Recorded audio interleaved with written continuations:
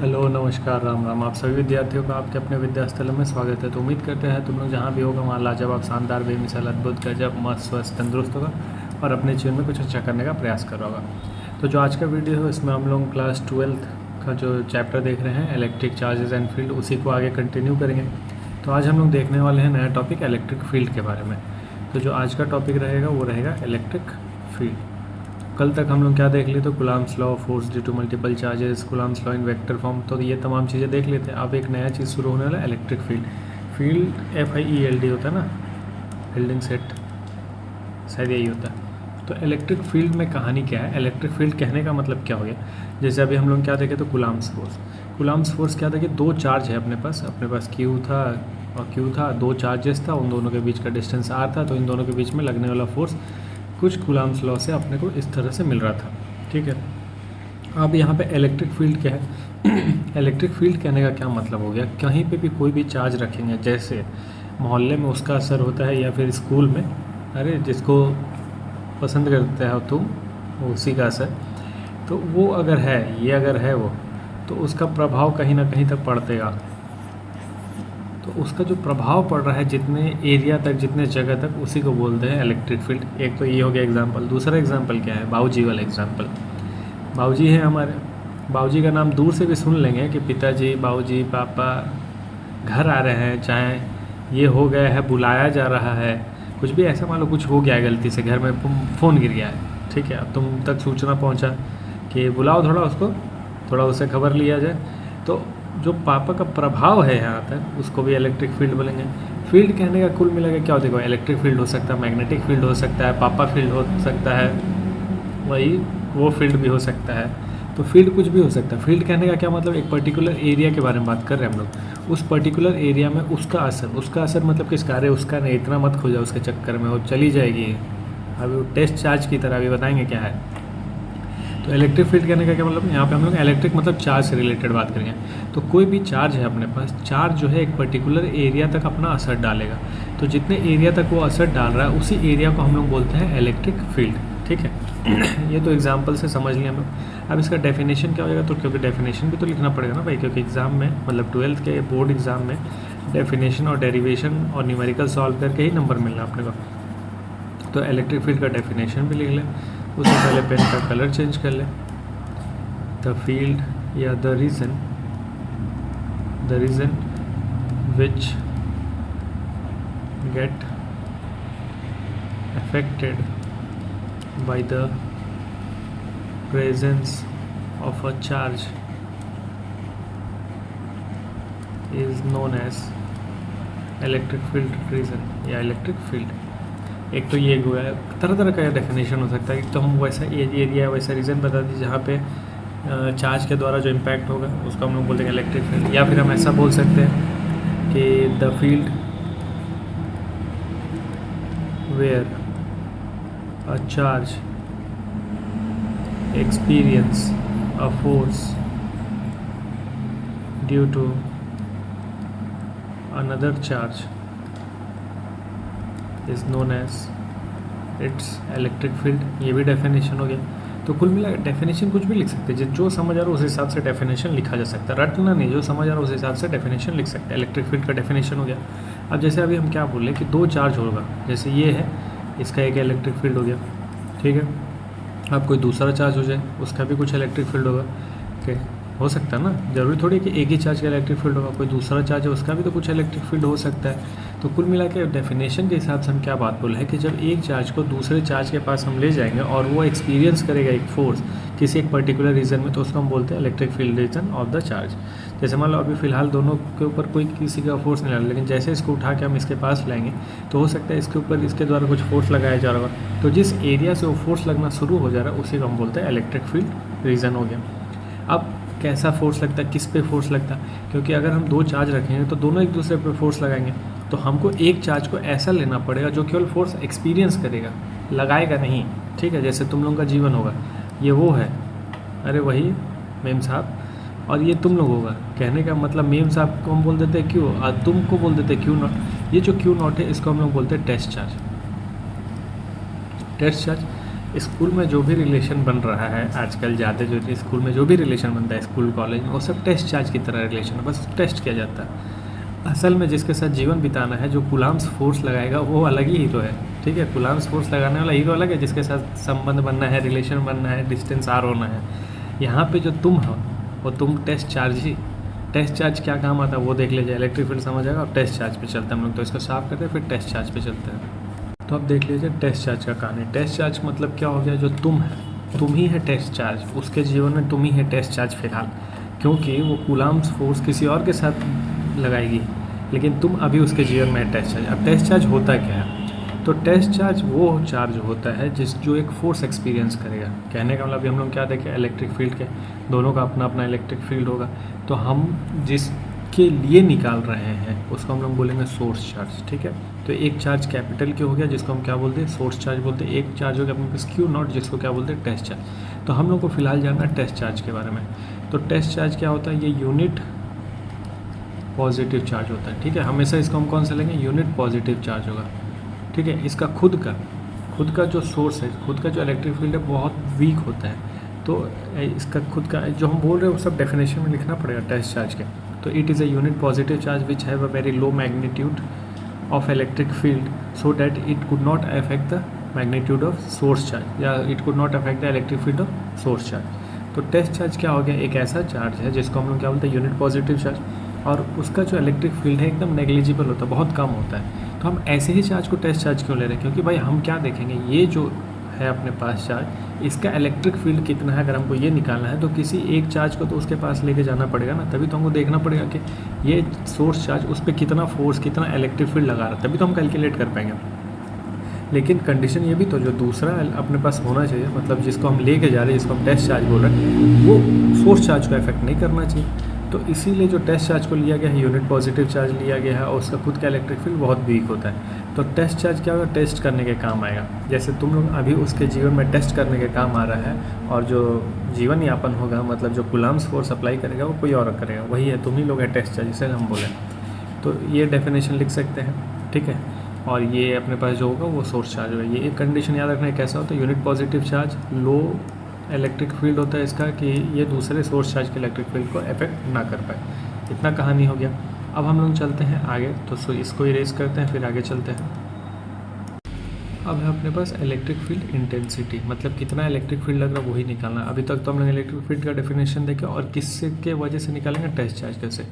अब अपना है इलेक्ट्रिक फील्ड इंटेंसिटी, मतलब किसी टेस्ट चार्ज पे कितना फोर्स लग रहा है उसी को इलेक्ट्रिक फील्ड बोलेंगे।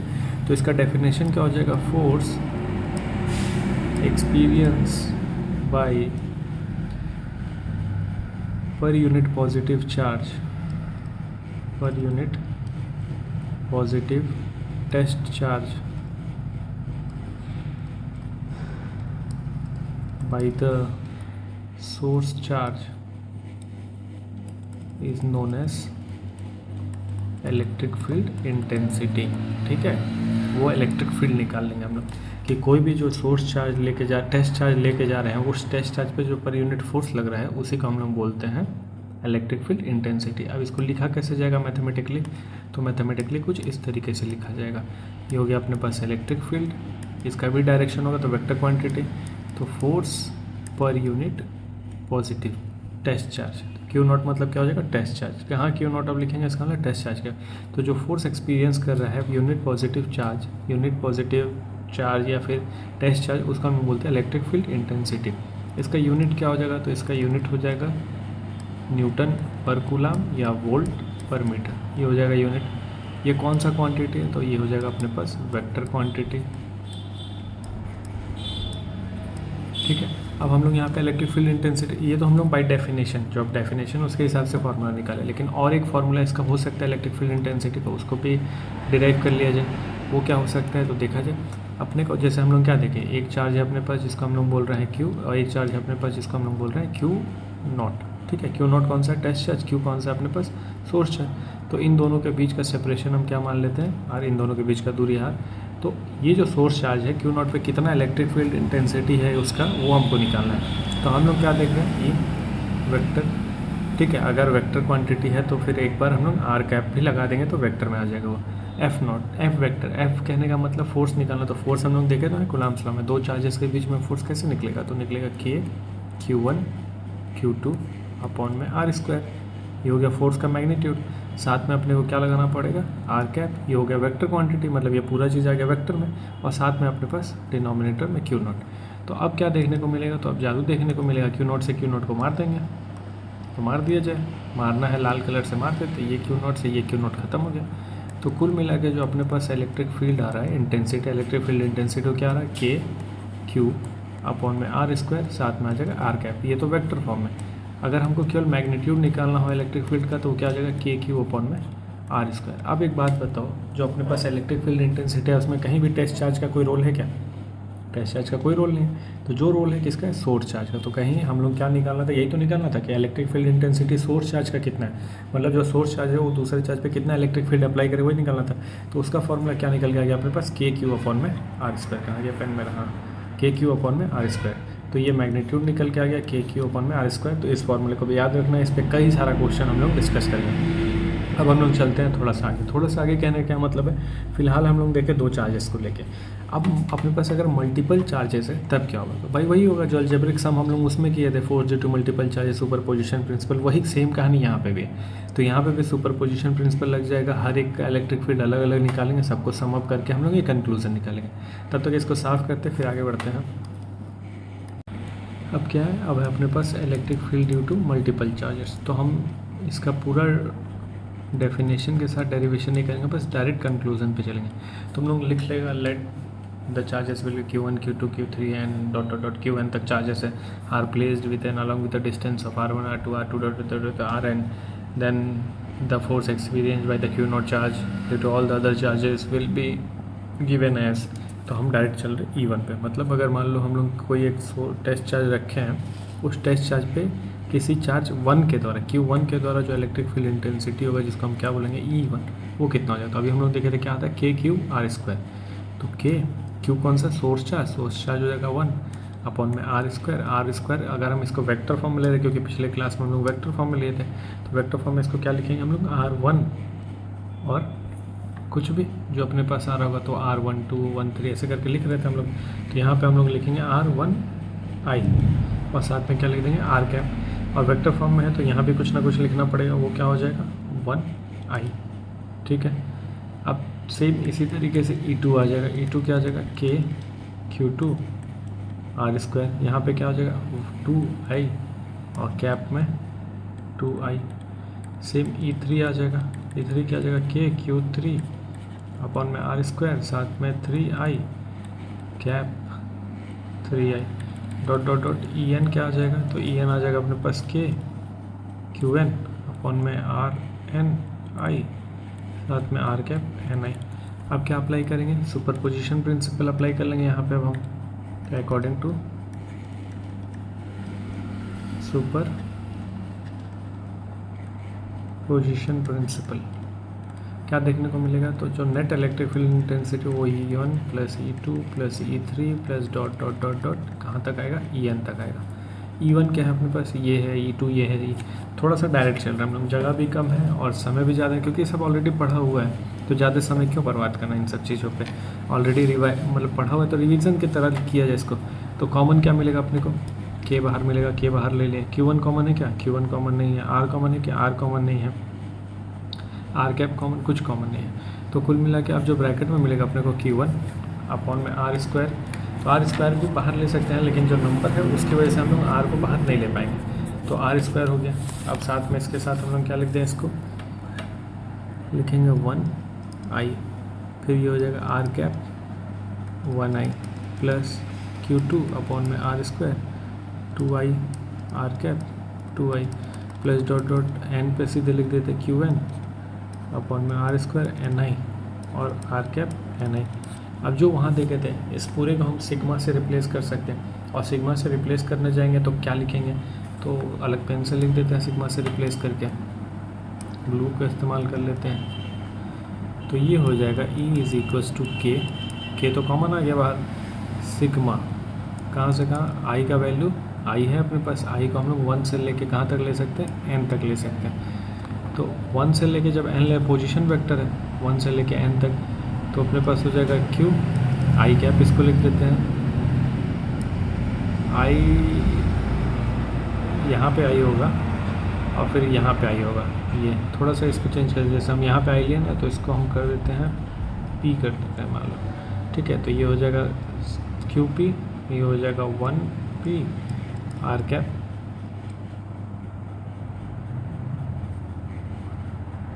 आई है ना, थोड़ा सा जगह की वजह से थोड़ा सा इसको साफ़ करके फिर से बता देते हैं। तो हम लोग क्या लिखे हैं, जहाँ जहाँ 1 था वहाँ वहाँ अपने पास क्या हो जाएगा, P हो जाएगा, ठीक है। जहाँ जहाँ 1 था तो वहाँ हम क्या लिख देंगे, P लिख देंगे आर स्क्वायर, और साथ में P हो जाएगा कैप, और साथ में क्या अपने पास आई है। तो ये हो गया। अब P की जगह पे क्या हो जाएगा, 1 से लेके n तक। तो ये हो गया अपने पास कहानी किसके लिए, इलेक्ट्रिक फील्ड का। और किस फॉर्म में हो गया, ये वेक्टर फॉर्म में हो गया, 4G2 मल्टीपल चार्जेस हो गया। वेक्टर फॉर्म इलेक्ट्रिक फील्ड का तो पहले ही देख चुके हैं हम लोग, मैग्नीट्यूड भी देख चुके हैं, ये हो गया मल्टीपल चार्जेस की वजह से। तो कुल मिला के अपना मकसद क्या है, जो पहले हम लोग पढ़ चुके हैं उसी का एक तरह से रिवीजन दोबारा करें, बस यहाँ पे इलेक्ट्रिक फील्ड निकालने के लिए करें। अब हम लोग चलते हैं इसके अगले पार्ट पे, और इसमें हम लोग देखेंगे characteristics of electric field lines. तो सबसे पहले इसको साफ़ कर दे, फिर उसको देखा जाएगा। तो अब अपने पास है प्रॉपर्टीज़ ऑफ इलेक्ट्रिक फील्ड। तो पहले से कुछ लिख के ले आए हैं, क्योंकि हम लिख के बताएंगे तो ज़्यादा टाइम लग जाएगा, तो टाइम ज़्यादा नहीं खर्चा करना है। और ये थोड़ा सा कोशिश किया अच्छे से लिखने का, ताकि तुम लोगों को अगर लिखना हो तो लिख सकता है। और properties of electric field line जैसे होता क्या ना, अभी बोर्ड के लिए हम पढ़ा रहे, तो बोर्ड में सब लिख के ही मार्क्स मिलता है। जेई नीट नहीं है कि ये सब स्किप कर सकते हैं, तो बोर्ड में लिख के ही मार्क्स मिलेगा। अब ज़रूरी भी है जानना, लिखो भले मत, लेकिन जानना तो ज़रूरी है। तो प्रॉपर्टीज़ ऑफ इलेक्ट्रिक फील्ड में क्या क्या है, सबसे पहले क्या है, they start from positive end end at negative charge. कहने का मतलब जो इलेक्ट्रिक फील्ड लाइन है वो स्टार्ट कहाँ से होगा, पॉजिटिव चार्ज से, और ख़त्म कहाँ पे होगा, नेगेटिव चार्ज पे, ठीक है। ये हो गया। अभी इलेक्ट्रिक फील्ड लाइन ड्रॉ करेंगे तो सब चीज़ क्लियर हो जाएगा। अभी हम केवल लिख के बस बताया जा रहा है, उस चीज़ को एक्सप्लेन कर दिया जा रहा है। अभी डायग्राम बनेगा तो सब चीज़ क्लियर हो जाएगा।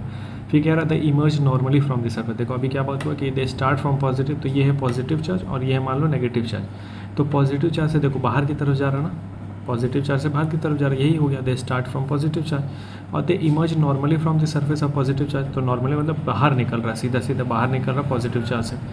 अगला पॉइंट है they terminate normally on the surface of negative charge, और नेगेटिव चार्ज पे आगे खत्म होता है। तो उसी चीज़ को, जो पहला पॉइंट है, उसी चीज़ को डायग्राम से यहाँ रिप्रेजेंट किया गया कि जो इलेक्ट्रिक फील्ड लाइंस है पॉजिटिव चार्ज से नॉर्मली बाहर निकल रहा है, नॉर्मली कहने का मतलब 90 डिग्री के एंगल के साथ, और टर्मिनेट कहाँ पे हो रहा है, नेगेटिव चार्ज पे। तो ये पहला तीनों पॉइंट एक ही जैसा है, ठीक है, बस अलग अलग शब्दों से लिखा गया है। चौथा पॉइंट है कि tangent to electric field lines gives the direction of electric field at that point.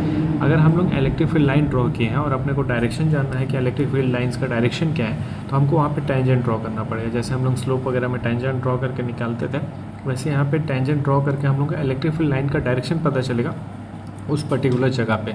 तो अगर हम लोग टेंजेंट ड्रॉ कर लेंगे इलेक्ट्रिक फील्ड लाइंस के लिए, तो अपने को क्या पता चल जाएगा, डायरेक्शन पता चल जाएगा किसका, इलेक्ट्रिक फील्ड लाइन का उस पॉइंट के लिए, ठीक है। फिर आगे बात क्या हो गया, पांचवा point, electric field lines never intersect each other. तो दो इलेक्ट्रिक फील्ड लाइन कभी एक दूसरे को इंटरसेक्ट नहीं करेगा। क्यों नहीं करेगा, क्योंकि अगर ऐसे करके इंटरसेक्ट कर दिया और हम टेंजेंट ड्रॉ करने जाएंगे तो फिर अपने को इस एक पॉइंट पे दो डायरेक्शन मिलेगा, जो पॉसिबल नहीं है। क्योंकि अभी बात हुआ है कि अगर हम लोग टेंजेंट ड्रॉ करेंगे तो इलेक्ट्रिक फील्ड लाइन का डायरेक्शन मिलेगा, और अगर इंटरसेक्ट कर देगा वो, मतलब दो इलेक्ट्रिक फील्ड लाइन आपस में एक दूसरे को इंटरसेक्ट करेगा और हम टेंजेंट वहाँ पे ड्रॉ करेंगे उस पर्टिकुलर पॉइंट पे, तो दो डायरेक्शन मिलने लगेगा, जो पॉसिबल नहीं है। तो ये फिलहाल 5 प्रॉपर्टी था। आगे और भी प्रॉपर्टी है, इसका बहुत सारा प्रॉपर्टी है, सबको हम लिख के ऐसे ही एक्सप्लेन कर देंगे, तो तुम लोगों का भी समय बचेगा, मेरा तो लग रहा है, लेकिन तुम लोगों के लिए आसान हो जाएगा थोड़ा, ठीक है। साफ़ कर देते तब तक इसको।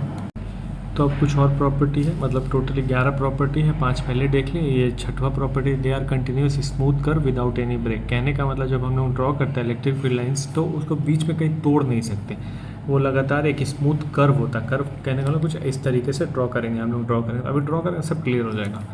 फिर अगला पॉइंट है they do not form close loop. अब देखो दो चार्ज अगर हम रखें, एक पॉजिटिव है एक नेगेटिव है, तो यहाँ से तो इलेक्ट्रिक फील्ड लाइन ओरिजिनेट हो रहा है और यहाँ पे टर्मिनेट हो रहा है, यहाँ से ओरिजिनेट हो रहा है, यहाँ से टर्मिनेट हो रहा है, ये तो कह दिया क्या, मतलब अभी हम लोग देख लिए।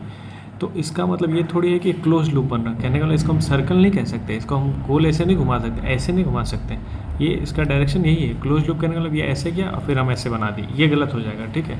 तो ये हम नहीं कर सकते हैं, ये इसका डायरेक्शन यही होगा, पॉजिटिव से नेगेटिव की तरफ। और कंटिन्यूस स्मूथ कर्व कहने का मतलब यही है, ये कंटिन्यूस कर्व है, बीच में कहीं टूटेगा भी नहीं। फिर आगे क्या होगा, the region where lines of forces are crowded its intensity are more. मतलब जिस जगह पे इलेक्ट्रिक फील्ड लाइन्स जाते होगा वहाँ पे उसका इंटेंसिटी जाते होगा, यही बात कह रहा है वो। फिर आगे है they do not pass through conductor. तो अगर जैसे मान लो अपने पास ये इलेक्ट्रिक फील्ड लाइन हो और बीच में हम कोई कंडक्टर रख दें और हम ऐसा उम्मीद करें कि वो पार करता हुआ नेगेटिव पास चल जाएगा, तो ये गलत उम्मीद कर रहे हैं हम लोग। जैसे तुम लोग से अच्छे रिजल्ट का उम्मीद कर ले, वो गलत उम्मीद हो जाएगा। वैसे यहाँ पे ये भी गलत उम्मीद हो जाएगा कि अगर हम लोग पॉजिटिव और नेगेटिव दो है अपने पास और बीच में एक कंडक्टर लगा दें और सोचेंगे डायरेक्ट पार कर जाएगा, तो वो गलत उम्मीद कर रहे हैं, वैसे नहीं होगा। ठीक है, आगे बात क्या हो जाएगा, electric field line with lines contract length wise. जैसे जैसे हम लोग आगे जाते हैं, मतलब आगे लेंथ वाइज बढ़ेंगे तो कॉन्ट्रैक्ट होता जाता है, और इससे हमको क्या पता चलता है, उसके अट्रैक्शन प्रॉपर्टी। अब अट्रैक्शन कौन सा होता है, पॉजिटिव और नेगेटिव में। तो दो पॉजिटिव और नेगेटिव चार्ज है अपने पास और दोनों एक दूसरे को अट्रैक्ट कर रहा है, तो अट्रैक्ट वाला प्रॉपर्टी कैसे पता चलता है, क्योंकि वो लेंथ वाइज कॉन्ट्रैक्ट होता है। तो जो electric field length wise contract हो रहा है, इसका मतलब वहाँ पे अट्रैक्शन वाला प्रॉपर्टी या फिर अपोजिट चार्जेस है। और रिपल्सन वाला प्रॉपर्टी कैसे पता चलता है, मतलब पॉजिटिव पॉजिटिव या नेगेटिव नेगेटिव चार्ज है अपने पास, तो क्या हो जाता है, लैटरली एक्सपेंड करेगा। मतलब जब हम जैसे देखो, जब हम लोग अभी ड्रॉ करेंगे ना सेम पॉजिटिव चार्ज को लेके, तो उसका ड्राइंग कैसा बनेगा, नेगेटिव चार्ज, तो वहाँ पे ये सारी पॉइंट क्लियर हो जाएंगे। तो ये जो भी था अभी हम लिख के बता रहे, अब इस चीज़ को ड्रॉ करके सीखा जाए, समझा जाए, तब तक इसको साफ करते, फिर इलेक्ट्रिक फील्ड लाइन रिप्रेजेंटेशन देख लिया जाए। तो अब हम लोग देख लें representation of electric field lines. तो इलेक्ट्रिक फील्ड लाइन्स का रिप्रेजेंटेशन सबसे पहले तो पॉजिटिव और नेगेटिव चार्ज दोनों को एक साथ अगर रखे हैं तो इलेक्ट्रिक फील्ड लाइन कैसे जाएगा, तो कुछ इस तरीके से बनेगा।